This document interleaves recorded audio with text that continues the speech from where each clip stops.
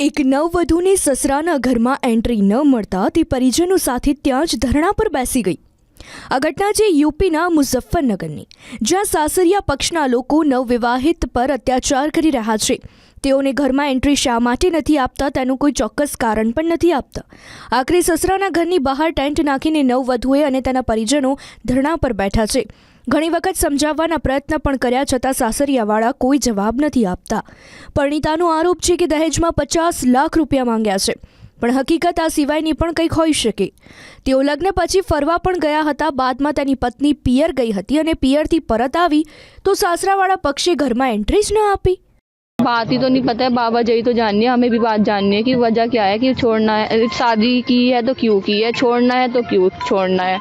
वहाँ पे मेरे से डिमांड की गई घूमने में कि अगर शादी और घर को मिला के कम से कम मेरा 1-1.5 करोड़ रुपये खर्च हो गया है। अगर घर तुम्हारा भी है, तुम्हें भी रहना, तो अपने पापा से 50 लाख रुपए लेके आना। अब बताओ 50 लाख इतने थोड़े तो है नहीं कि मैं पापा से मांग लूंगी। मुझे तो बचपन से एक चीज़ सिखाई गई है, शादी से पहले लड़की का घर मायका होता है, शादी के बाद ससुराल। मैं जब अभी कोई फैसला नहीं हुआ है, कुछ नहीं हुआ है, मैं अपने ससुराल आई हूँ, अपने घर आई हूँ। मुझे तो घर जगह चाहिए ना, मुझे ये जानना है लड़की का घर कौन सा है। घर मायका भी नहीं है, ससुराल भी नहीं, तो कौन सा घर है लड़की का।